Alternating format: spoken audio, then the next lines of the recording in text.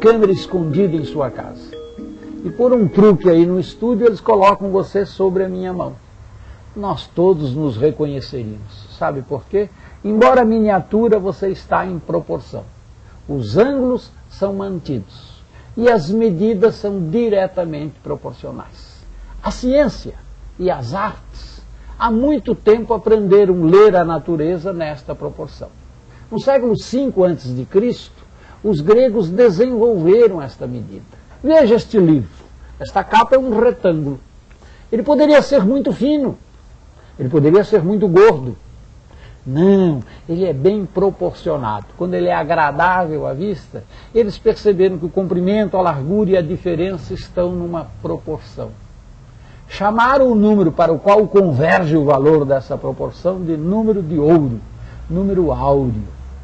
Número porque é um desenvolvimento matemático, se calcula este número. Áureo porque ele é agradável à vista, ele é estético.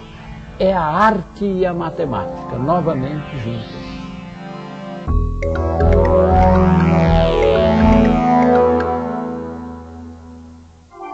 Vamos começar nossa viagem pela Grécia Antiga, uma gloriosa civilização que encontrou o caminho da sabedoria unindo o espírito e a razão. Os gregos adoravam o teatro e nas arenas sofriam com as famosas tragédias ou se deliciavam com as comédias.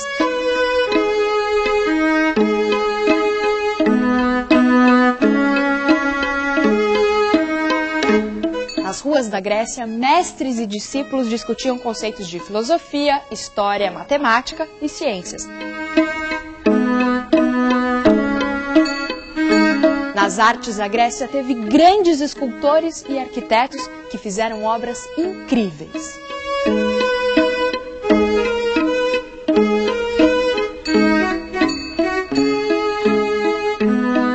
Visitando a cidade de Atenas, avistamos no alto de uma de suas colinas o Templo das Virgens, ou Partenon, um belíssimo edifício rodeado de colunas.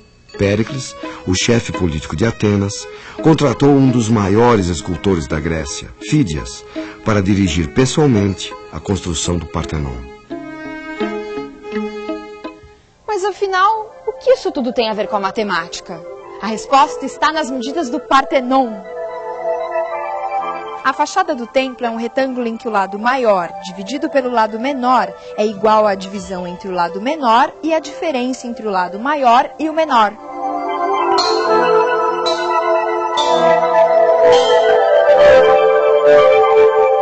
Bom, mas e daí? Não será apenas uma coincidência?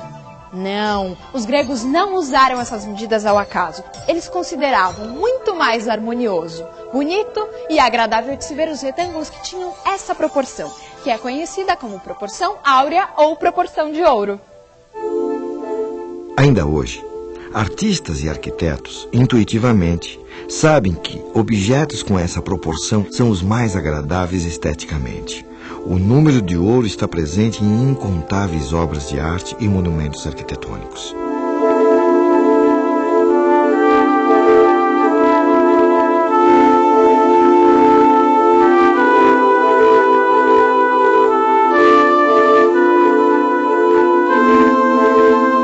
Como neste quadro de Mondrian, ou nesta casa projetada por Le Corbusier.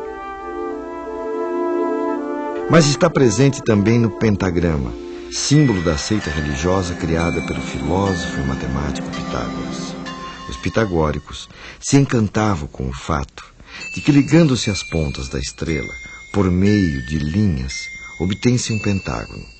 E a intersecção destas linhas em seu interior forma outro pentágono, dentro do qual podemos formar uma outra estrela menor, mas cujas proporções são as mesmas da primeira. E assim por diante. Trata-se, na verdade, de uma propriedade fascinante, mas para os pitagóricos, mais importante era o fato de que estas mesmas linhas organizam-se segundo a proporção áurea.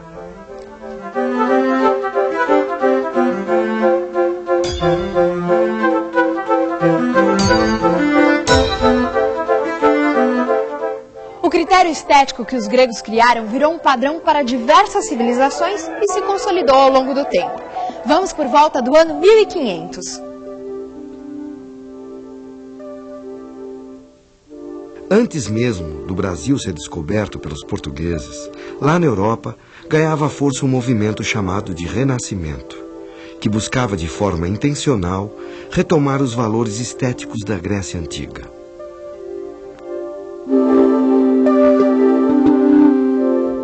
Foi no Renascimento que um dos maiores artistas da humanidade, Leonardo da Vinci, desenhou esta figura, chamada o Homem Vitruviano. Aqui podemos ver a proporção de ouro relacionada com a estrutura ideal do corpo humano. Segundo várias tradições antigas, o umbigo deve dividir o corpo segundo a seção áurea, ou seja, o resultado da divisão da altura total pela altura do umbigo deve ser o número de ouro. Nesse outro quadro de Leonardo da Vinci, chamado São Jerônimo, a figura principal está perfeitamente contida em um retângulo de ouro. Essa técnica foi usada por vários artistas ao longo dos anos, até os nossos dias.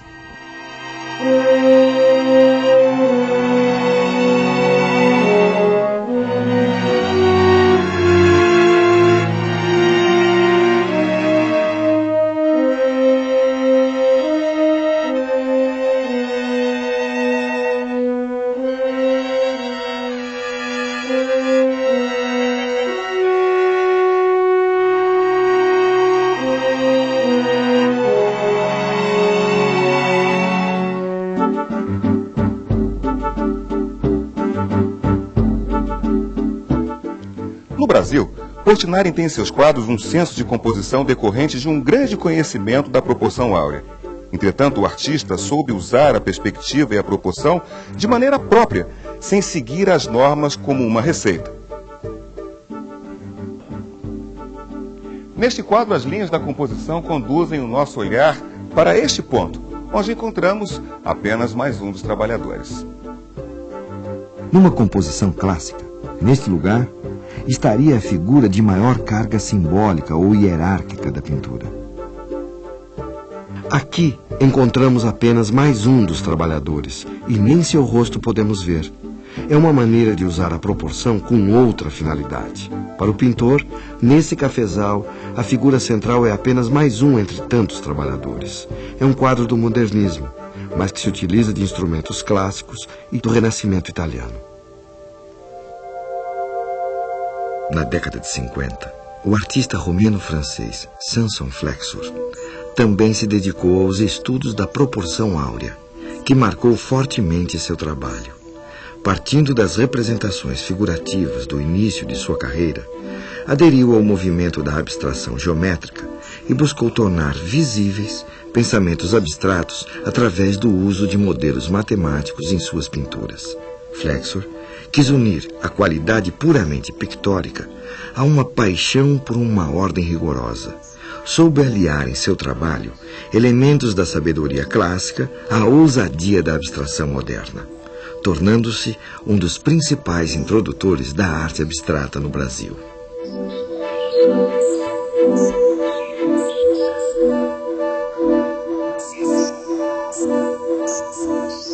A arte é a transformação do ordinário no extraordinário. E a matemática é a maneira de você, através do ordinário, explicar o extraordinário. E eu comecei a utilizar a seção áurea na formatação do meu trabalho, na divisão das coisas do assunto dentro da tela, a partir da forma da tela. Então ele tem servido como um guia, talvez, como uma estrutura na qual eu construo o meu trabalho.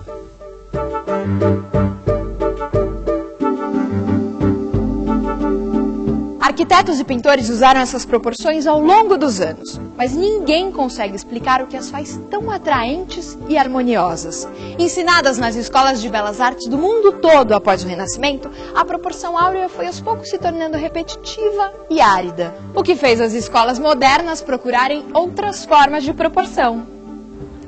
A descoberta dessa proporcionalidade deu ao homem uma segurança sobre a criação, estabelecendo um parâmetro para a perfeição. O que é a perfeição? Os antigos se preocupavam muito com encontrar uma coisa que tivesse um grau de perfeição tal que ele fosse possível de ser genérico. Tal era o seu grau de perfeição. essa proporcionalidade, ela não vai descansar nunca. Ela pode ser contestada, ela pode ser polêmica, ela pode ser antiacadêmica, ela pode ser acadêmica, mas ela nunca vai ser superada porque ela é uma procura.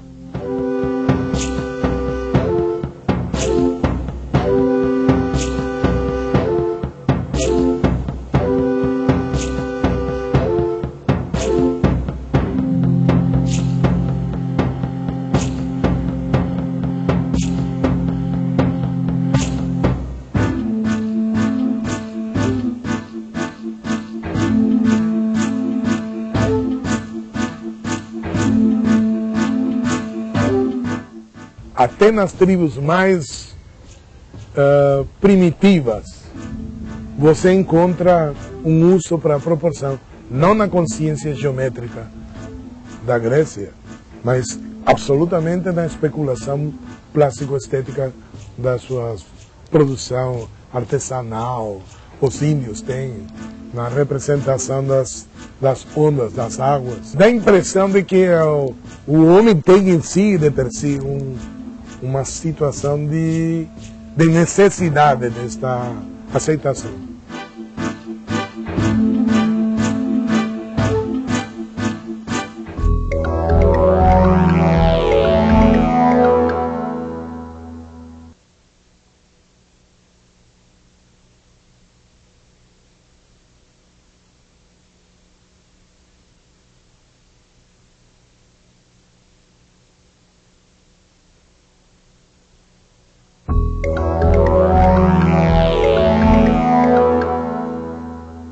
Curiosos que são, os matemáticos investigaram a proporção de ouro e descobriram que ela pode ser traduzida por um número.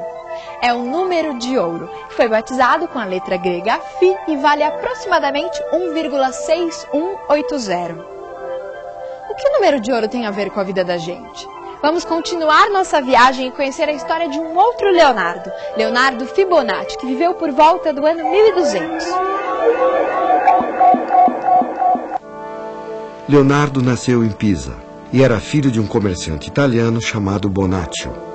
Por conta do trabalho do seu pai, Fibonacci viajava muito, do norte da África aos países do Oriente. Nessas viagens, ele teve contato com diferentes métodos de fazer cálculos. Fibonacci percebeu que a forma hindu-arábica, os números que nós usamos hoje, era mais prática para registrar quantidades e fazer cálculos que a forma europeia, na qual se usavam letras.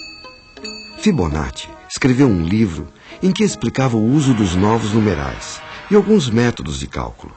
O livro continha ainda uma coleção de problemas matemáticos, e dentre eles, um problema sobre a reprodução de casais de coelhos. Todos sabemos que os coelhos se reproduzem rapidamente. E como Fibonacci era matemático e não mágico, ele propôs a seguinte questão. Um casal de coelhos, eles procriam uma vez por mês. Esses filhotes levam 2 meses para crescer e geram um novo casal de coelhos. Ao longo de 12 meses, quantos coelhos serão gerados a partir de um único casal? Muitos. Uns 100 coelhos. Vou chutar, 40. Janeiro nasceu um casal. Fevereiro, mais 1, mais 2 são 3. Março. Pelo amor de Deus, tem que ter uma calculadora. Os problemas para a matemática não são problemas, são a razão de sua existência. Um problema é um desafio a ser solucionado, uma questão a ser resolvida. A matemática tem um caso de amor com o problema. Fazendo as contas dos coelhos, Fibonacci viu que no primeiro mês temos apenas um par de coelhos. No segundo mês continuamos com um par de coelhos, no terceiro mês já são 2 pares, no quarto mês são 3 pares, no quinto mês são 5, no sexto mês são 8, no sétimo são 13, no oitavo são 21, no nono são 34, no 10º são 55, no 11º são 89 e finalmente em um ano teremos 144 pares de coelhos. Ufa! O mais interessante disso tudo é que a solução desse problema é uma sequência de números que tem uma propriedade curiosa. A partir do terceiro termo, cada número é obtido pela soma dos 2 anteriores. Dá uma olhada. 2 é igual a 1 mais 1. 3 é igual a 2 mais 1. 5 é igual a 3 mais 2. 8 é igual a 5 mais 3. 13 é igual a 8, mais 5, e assim segue indefinidamente. Essa sequência de números 1, 2, 3, 5, 8, 13, 21, 34, 55, 89 e por aí vai, ficou conhecida como sequência de Fibonacci.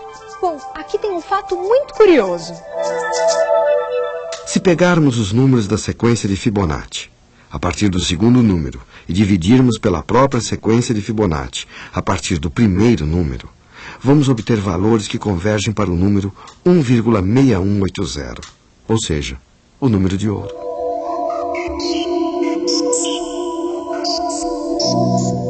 Mais curioso ainda é que algumas plantas e árvores crescem de acordo com a sequência de Fibonacci. Olha só, algumas árvores se ramificam de acordo com os números de Fibonacci. Embaixo um ramo, depois 2, mais acima 3, 5 e por aí vai. Será mesmo coincidência? Provavelmente não é mera coincidência que a natureza tem algumas sequências de números ou alguns números que são fixos em seus organismos. Então, por exemplo, eu sei dizer para você se uma planta é ou não da família do lírio, mesmo que essa planta venha do Japão ou do Nepal e eu nunca a tenha visto, simplesmente por conhecer o número de pétalas ou o número de estruturas sexuais que essa planta tem. Então eu não sei exatamente dizer se a natureza sabe contar, mas sem dúvida ela segue alguns padrões matemáticos, né, dentro de uma organização que permitem com que a gente, como biólogo, reconheça esses padrões e possa lançar a mão deles para organizar essa natureza da maneira que a gente considera mais conveniente. Dentro dessa concha mora um pequeno molusco chamado Nautilus. E é ele mesmo quem constrói sua casa. À medida em que o Nautilus vai crescendo, ele vai construindo um novo quarto para morar. E cada novo quarto é maior que o anterior, exatamente na proporção da sequência de Fibonacci.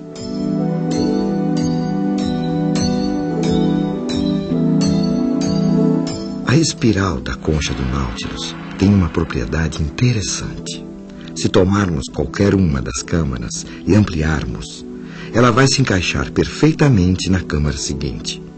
O animal cresce numa mesma proporção, a proporção áurea. E o mais impressionante é que se todas as câmaras forem aumentadas na mesma proporção, todas elas vão se encaixar nas câmaras adjacentes, e assim por diante. Eu tenho a impressão de que esse número de ouro deve ter sido um achado depois da atenta e disciplinada observação do referencial. As cores se encontram distribuídas na natureza no número de ouro. As cores quentes estão para as cores neutras, do mesmo jeito que as neutras estão para as cores frias. Ou seja, você nunca encontra grande quantidade de vermelhos, laranjas e amarelos. Mas você encontra uma quantidade razoável de ocres, cinzas, mas enormes quantidades de verdes e azuis. Essa é exatamente essa proporção. O número de ouro ele é consequência de indagações. Ele não é uma procura específica. Eu suponho que durante a história não deve haver em nenhum momento um instante em que o cara fala: vamos procurar o número de ouro para ver se ele corresponde a isso ou aquilo. Infeliz Dido, então era verdadeira a notícia de que te extinguiras pela espada em decisão extremada?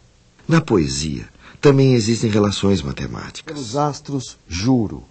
Pelos deuses do alto e pela boa-fé, se há alguma nas profundezas da terra.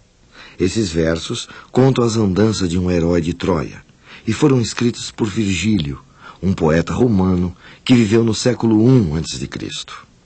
Por lugares desolados e a noite profunda, obrigaram-me com seu comando. Nem poderia crer que minha partida te trouxesse tamanho sofrimento. Virgílio não tinha total liberdade, quando se propôs a escrever Eneida, de escrever qualquer tipo de poema, porque a poesia nessa época é toda codificada a partir de modelos que são os gêneros. Detém o passo e não te substraias ao nosso olhar. De quem foges? Este é o derradeiro momento que o destino me concede para falar-te. Então, o poema tem uma série de formalidades que ele precisa cumprir. para ser um poema épico. num certo sentido, tem um assunto. Ele precisa falar de guerreiros e de grandes feitos. É essa a matéria épica por excelência. Mas ele tem também que tratar dessa matéria num ritmo adequado. Tá, tá, tá, tá, tá, tá, tá, tá. É um modelo que vai produzir um determinado ritmo ao longo da leitura do poema, que eu mais ou menos tentei reproduzir na minha leitura. Italian fato profugus lauinha quevenit. E assim, em cada verso, o poeta se depara com esse problema técnico de ter que escolher palavras que transmitam o assunto de que ele quer tratar, mas que se encaixem no esquema métrico do hexâmetro, mas também variando esse esquema métrico para não causar o enfado do ouvinte, que ficaria com o ritmo datílico repetido indefinidamente. Com tais palavras, mas além do padrão rítmico dos versos, estudiosos encontraram na estrutura da Eneida um outro tipo de padrão. Ela, hostil, mantinha os olhos fixos no chão, e seu rosto não se altera àquela tentativa de conversa, mais do que se fosse dura rocha ou mármore do mar peso. Há, em cada poema, uma mudança no assunto ou na forma que o poeta Virgílio utilizou, separando os poemas em partes. Corresponde-lhe aos cuidados e iguala seu amor. Não menos Enéas, abalado pela sorte iníqua, segue ao longe com lágrimas e se compadece da que se vai. Em muitos poemas da Eneida, é possível separar os versos em uma parte maior e outra menor, tomando o total de versos de um poema e dividindo pelo número de versos da parte maior. Encontramos números que estão muito próximos ao número de ouro. Do século V a.C. até o Renascimento, parece que as artes elegeram um critério estético, o número de ouro. Mas a matemática não ficou atrás. A harmonia também é refletida por uma proporção, o número de ouro. Mas o que é de fato surpreendente é como esse número aparece na natureza. No girassol, no náutilo, na escamação dos peixes. É um jeito interessante. A natureza escreve. O matemático e o artista se dão as mãos e leem a natureza, o número de ouro.